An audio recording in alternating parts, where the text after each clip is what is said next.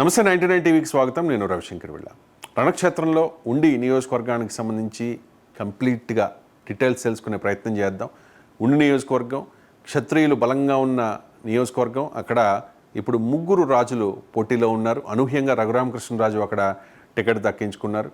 So Manthena Ramaraju పూర్తి స్థాయిలో support చేస్తారా లేదా అనేది సస్పెన్స్గా మారిన నేపథ్యంలో ఉండిలో అభ్యర్థుల అనుకూలాంశాలు ఏంటి, ప్రతికూలాంశాలు ఏంటి, ఎవరికి ఎడ్జ్ ఉంది, ఎవరు గెలిచే అవకాశం ఉంది, అక్కడ ఉన్న సామాజిక రాజకీయ చరిత్ర, వీటన్నిటి గురించి కూడా మనం డీటెయిల్డ్గా మాట్లాడుకుందాం. ఉండి నియోజకవర్గం కాళ్ళ, పాలకోడేరు, ఆకివీడు, ఉండి మొత్తం 4 మండలాలు ఉన్నాయి ఈ ఉండి నియోజకవర్గంలో. ఓటర్ల విషయానికి వస్తే పురుషులు 1,09,514, స్త్రీలు 1,13,585, మొత్తంగా 2,23,101 మంది ఓటర్లు ఇక్కడ ఉన్నారు. రాజకీయ సామాజిక చరిత్ర, తెలుగుదేశం పార్టీ ఇక్కడ 8 సార్లు గెలిచింది, కాంగ్రెస్ పార్టీ 6 సార్లు గెలిచింది, వైసీపీ ఒక్కసారి కూడా ఇక్కడ గెలవలేదు. 2019 ఎన్నికల్లో నరసింహరాజు గట్టి పోటీ ఇచ్చారు. ఇప్పుడు ఆయనే అక్కడ అభ్యర్థి. ఈసారి గెలుస్తాను, సానుభూతి వర్కౌట్ అవుతుందనే నమ్మకంతో వైఎస్ఆర్ కాంగ్రెస్ పార్టీ ఉంది. క్షత్రియులు 13 సార్లు, కాపులు 2 సార్లు, యాదవ ఒక్కసారి ఇక్కడ గెలుపొందారు. ఇంతకుముందు చెప్పినట్టుగా క్షత్రియులు బలంగా ఉంటారు, ఇక్కడ ఆర్థికంగా బలమైన వారు కాబట్టి క్షత్రియులకి ఇక్కడ అన్ని పార్టీలు కూడా టికెట్ ఇవ్వడానికి ఇంట్రెస్ట్ చూపిస్తూ ఉంటాయి. సో కలిదిండి రామచంద్రరాజు అత్యధికంగా ఇక్కడ 5 సార్లు గెలుపొందారు. ఈసారి టికెట్ కేటాయింపు వివాదాస్పదంగా ఈ ఉండి నియోజకవర్గాన్ని హైలైట్గా మార్చేసిన పరిస్థితి. ఉండిలో జరిగిన రాజకీయం అందరికీ తెలుసు.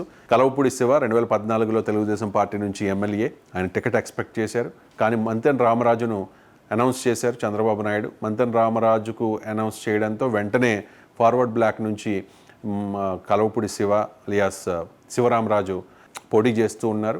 ఒకవైపు ఈ టెన్షన్ ఉండగానే మంతెన రామరాజుకి మరో టెన్షన్ మొదలైంది. అదే రఘురామకృష్ణరాజు రూపంలో. ఆయన నరసాపురం ఎంపీ టికెట్ని ఆశించారు, భంగపడ్డారు. ఆ తర్వాత చివరిలో ఆయనకి ఉండి నియోజకవర్గాన్ని కేటాయించారు. ఇప్పుడు మంతెన రామరాజు అన్యమనస్కంగా సపోర్ట్ చేస్తున్న పరిస్థితి కనిపిస్తోంది. కాపులు, తూర్పు కాపులు 29% ఉన్నారు, క్షత్రిబలిజ 13, 11% క్షత్రియులు ఉన్నారు. కానీ వాళ్ళ ప్రాబల్యమే ఉండి నియోజకవర్గంలో ఎక్కువగా ఉంటుంది. ఎస్సీలు 8%, యాదవ 5%, ఇతర కులాలు 34%. ఇక 2014 ఎన్నికల ఫలితాలని ఒకసారి మనం గమనిద్దాం. అప్పుడు వివి శివరామరాజు, ఈయన్నే కలవపూడి శివ అంటారు, ఆయనే ఇప్పుడు రెబల్గా, తెలుగుదేశం పార్టీ రెబల్గా ఫార్వర్డ్ బ్లాక్ పార్టీ నుంచి పోటీ చేస్తూ ఉన్నారు. 1,01,530 ఓట్లు, అంటే 58.21% ఓట్ షేర్తో ఆయన గెలుపొందారు. పాతపాటి సర్రాజు, ఆయనకి 65,299 ఓట్లు వచ్చాయి, 37.44%. ఇక మెజారిటీ 20.77%, 36,231 ఓట్ల తేడాతో శివరామరాజు అక్కడ గెలుపొందారు. 2019 ఎన్నికల ఫలితాలని ఒకసారి మనం చూస్తే కనుక మంతెన రామరాజు సిట్టింగ్ ఎమ్మెల్యే 82,730 ఓట్లు తెచ్చుకున్నారు. పివిఎల్ నరసింహరాజు 71,781 ఓట్లు తెచ్చుకున్నారు. జస్ట్ ఒక 10,000 ఓట్ల తేడాతో మంతెన రామరాజు అక్కడ గెలిచారు. గెలిచిన తర్వాత ఈసారి కూడా టికెట్ తనదేనని చెప్పి ధీమాగా ఉన్నారు. ఆయనకు టికెట్ కూడా అనౌన్స్ చేశారు, కానీ బీఫామ్ మాత్రం రఘురామకృష్ణరాజుకి ఇచ్చారు. సో ఇప్పుడు ముగ్గురు రాజుల మధ్య అక్కడ పోటీ జరుగుతోంది. 1 రఘురామకృష్ణరాజు, 2 నరసింహరాజు, 3 కలవపూడి శివ అలియాస్ శివరామరాజు. కానీ ప్రధాన పోటీ రఘురామకృష్ణరాజుకి, నరసింహరాజుకి ఉంటుందనే అంచనాలే ఉన్నాయి. ఎందుకంటే 1 కూటమి అభ్యర్థి, 2 అధికార పార్టీ అభ్యర్థి. సో కలవపూడి శివ కూడా గట్టి పోటీ ఇవ్వబోతూ ఉన్నారు. మరి ఆ పోటీ ఎంతవరకు ఉంటుంది, ఆయన పోటీ చేయడం వల్ల ఎవరికి నష్టం అనేది వేచి చూడాల్సిన అంశం. ఇక వైఎస్ఆర్ కాంగ్రెస్ అభ్యర్థి నరసింహరాజు పారిశ్రామికవేత్తగా జీవితం ప్రారంభించారు, రాజకీయాల్లోకి ఆ తర్వాత వచ్చారు. ఉండి వ్యవసాయ మార్కెట్ కమిటీ చైర్మన్గా పనిచేశారు. 2019లో వైఎస్ఆర్ కాంగ్రెస్ పార్టీ నుంచి ఫస్ట్ టైం ఆయన పోటీ చేసి ఓటమి పాలయ్యారు. జిల్లా కేంద్ర సహకార బ్యాంక్ చైర్మన్గా కూడా ఆయన పనిచేశారు. ఇక రఘురామకృష్ణరాజు మనందరికీ బాగా సుపరిచితులు.